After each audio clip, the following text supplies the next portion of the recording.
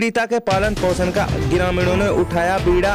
पीड़िता के परिजनों ने जबरदस्ती अध्यापक पर लगवाया था दुष्कर्म का झूठा मामला। आपकी जानकारी के लिए बता दें कि नूंह जिले के एक गांव में बीते वर्ष अप्रैल माह महिला थाने में दर्ज दुष्कर्म के झूठे मामले में अब एक और नया मोड़ आया है। इस मामले में पीड़िता ने अपने ही परिजनों पर अक्टूबर 2020 मुकदमा दर्ज कराया था।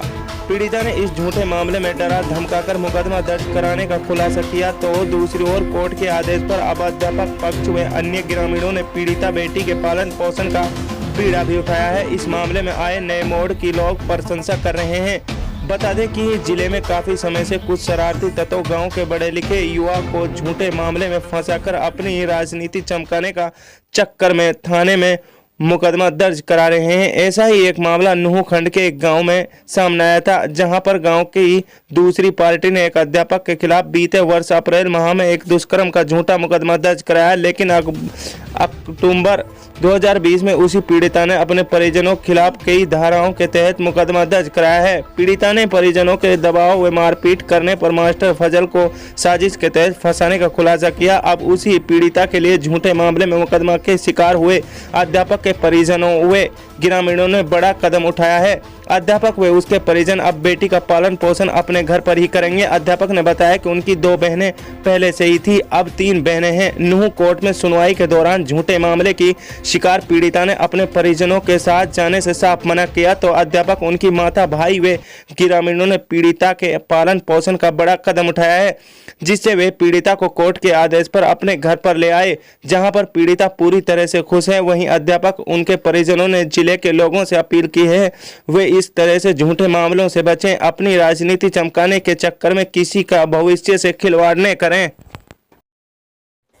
गांव की बेटी है और ये हमारे भतीजे को झूठो इल्ज़ाम लगाया गया है, और अब हम अपनी बेटी करके समझेंगे या हमारी बेटी है, और ये हम अपने ठीक तरह से रखेंगे अच्छो या को जो भी हम हो सके। देखिए, सबसे पहले तो मैं अपने पत्रकार बंधुओं का बहुत धन्यवाद करना चाहता हूं कि अब जो सच्चाई सामने आई है उस सच्चाई को सामने लाने में जो वो भूमिका निभा रहे हैं। मामला ये था कि गांव की एक मासूम बच्ची की ज़िंदगी के साथ उसके घर परिवार वालों ने खिलवाड़ किया और उसको आधार बनाकर मुझे एक झूठे केस में फंसाया गया। जबकि हकीकत यह है कि मैंने अब से 3 रोज़ पहले, जब वो लड़की की मेन गवाही हुई मेरे केस में, तो उस गवाही के वक्त जब वो लड़की कोर्ट में आई थी, तो तब मैंने उसको पहली बार देखा था। अदरवाइज मैं उसको बाई फेस तक नहीं जानता।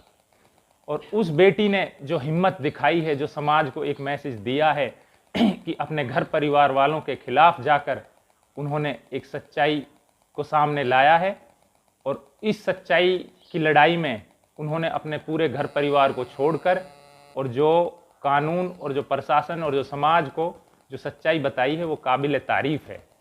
इसी उसकी बहादुरी और सच्चाई को देखते हुए हम गांव वालों ने और परिवार वालों ने ये निर्णय लिया है कि वो आज से गांव के उन असामाजिक और उन घटिया किस्म के लोगों की बेटी नहीं है, आज से वो हमारी बहन बेटी है। मेरे खुद के 2 बहन हैं। मैंने अब ये तय कर लिया है कि इंशाअल्लाह अब मेरी 3 बहनें हैं और उसको अपने घर में एक बहन की तरह रखेंगे, क्योंकि कोर्ट के आदेश अनुसार मेरी अम्मी के लिए कोर्ट ने उसके पालन पोषण की जिम्मेदारी लगाई है। और कोर्ट में बुलाकर मेरी अम्मी से पूछा गया कि क्या आप इस बेटी का पालन पोषण कर सकती हैं, तो मेरी अम्मी ने कहा कि अपनी बेटी की तरह, गांव की बेटी है, हमारी बेटी है, इसको बेटी की तरह पालन पोषण करेंगे और उसको कभी कोई कमी नहीं होने देंगे।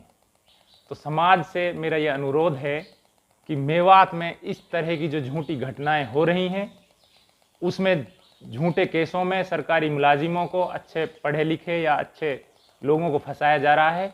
हाथ जोड़ के ये रिक्वेस्ट है कि समाज में ऐसे लोगों का बहिष्कार